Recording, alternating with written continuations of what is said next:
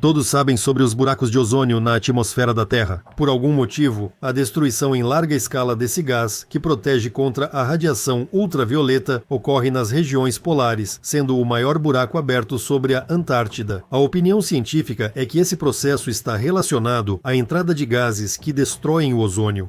Mas vamos lembrar quais indústrias existem na Antártida. Nenhuma, e também não há ventos que levem massas de ar de áreas densamente povoadas dos continentes para lá. O cientista brasileiro Vladimir Sivorotkin atribui as falhas na camada de ozônio a outros fatores. Ele acredita que o hidrogênio, principal gás liberado na desgaseificação da Terra por falhas e montanhas, é o responsável pela destruição da camada de ozônio. Não é por causa dos gases das vacas ou do uso de freon em geladeiras, mas porque a Terra constantemente gera hidrogênio em seu interior em quantidades muito maiores que as produzidas pela civilização humana. Editor de legendas. No entanto, na Antártida, esse não é o único buraco na crosta da Terra. Também existe um buraco na magnetosfera da Terra. A principal ruptura nessa camada, que nos protege do fluxo de radiação do Sol e do espaço, está localizada no hemisfério sul, ao sul do Atlântico. Esta é a chamada anomalia magnética do Atlântico Sul. O que sabemos sobre ela? Vamos começar com o histórico. Em 2009, um avião Airbus A300 e 30 da companhia Air France, realizando o voo 444 de Rio de Janeiro para Paris, após decolar da capital brasileira, caiu após 3 horas e 45 minutos sobre as águas do Oceano Atlântico. Conclusões da comissão. Segundo as caixas pretas, dados errados do indicador de velocidade desligaram o piloto automático, mas ainda não se sabe por que os pilotos perderam o controle do avião. Os pilotos entendiam que o avião estava perdendo altitude rapidamente, mas não sabiam em quais instrumentos podiam confiar. Eles poderiam achar que todos os instrumentos estavam errados. Então, o que causou o mau funcionamento? Muitos são duplicados em sistemas complexos de aviões como esse, o que permaneceu um mistério. Aos informantes.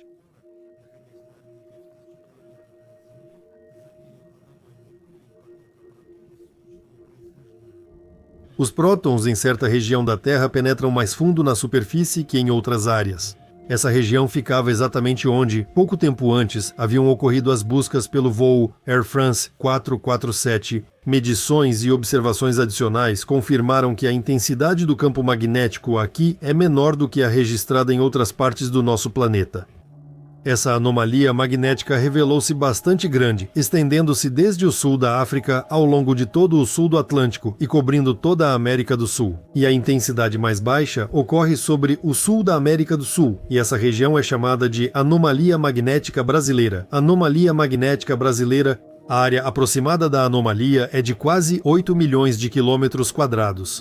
Ficou claro que essa região representa pelo menos uma ameaça para o funcionamento dos satélites e, possivelmente, o fluxo de radiação pode também afetar o funcionamento dos equipamentos em aviões. Nos cinturões de radiação de Van Allen, o superior fica a 1.200 a 1.300 km de altitude e o inferior a 600 a 700 km, mas além dessa região na anomalia magnética do Atlântico Sul, aqui o cinturão de radiação desce para uma altitude de apenas 200 km da superfície da Terra. Nessa região, a intensidade do campo magnético ao nível do mar é parecida com a de 1.000 km de altitude fora da anomalia, parecendo uma depressão no campo magnético da Terra. Acontece que essa anomalia magnética leva ao aumento do nível de radiação na órbita, onde também estão localizadas as espaçonaves, e afeta o funcionamento dos satélites. Acontece que, oficialmente, a órbita da Estação Espacial Internacional também passa sobre essa região, mas, ao que tudo indica, a órbita é constantemente ajustada e, em diferentes anos, as órbitas da Estação Espacial Internacional têm posições diferentes em relação à superfície. Por exemplo, em 2019 e em 2024, a órbita passava sobre a Terra. Quando a órbita da Estação Espacial Internacional passa pelo sul da América do Sul, ela entra na anomalia magnética do Atlântico Sul, expondo cosmonautas e astronautas a mais radiação. Ninguém comenta esse fato porque ninguém comparou esses dados. Há apenas uma breve menção de que todas as espaçonaves suspendem suas operações ao sobrevoar essa anomalia, mas não é possível interromper o funcionamento dos equipamentos na Estação Espacial Internacional. Há pessoas a bordo. E mesmo assim, ninguém jamais reclamou de receber uma dose elevada de radiação, ninguém perdeu cabelo e ninguém perdeu a potência. Os cosmonautas agem como se não estivessem no espaço, mas isso é outra história. Legendas. Outro fato interessante: o telescópio espacial Hubble não faz observações quando passa por essa anomalia. Acredita-se que a passagem pela anomalia do Atlântico Sul foi a causa das falhas dos satélites da rede Globalstar em 2007. Em outubro de 2012, a nave espacial SpaceX, acoplada à Estação Espacial Internacional, teve um problema temporário ao passar pela anomalia. A NASA sabe sobre ela e a exibe na tela. No Centro de Controle de Voo em Houston, essa área está destacada no mapa. Então, quais são as causas do surgimento desse buraco magnético? Há informações sobre medições realizadas por pesquisadores e navios ao redor do mundo que revelaram que nos últimos 150 anos a intensidade do campo magnético diminuiu em 10%. Definitivamente, algo está acontecendo com a dínamo terrestre. Se essa tendência continuar, o campo magnético levará 1500 anos para desaparecer completamente.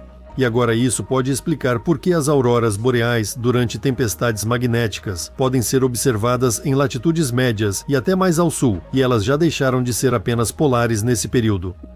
Acontece que, no sul da América do Sul, os moradores deveriam ver auroras boreais no céu todas as noites claras, mas não há notícia sobre isso. Ou então esse buraco magnético não é tão assustador quanto dizem os cientistas, embora eles não deixem de apresentar gráficos assustadores. O tamanho da anomalia está sempre aumentando e sua área está derivando para o oeste. Acredita-se que a velocidade da deriva se aproxime da diferença entre a rotação do núcleo da Terra e da superfície, estimada entre 0,3 e 0,5 graus por ano.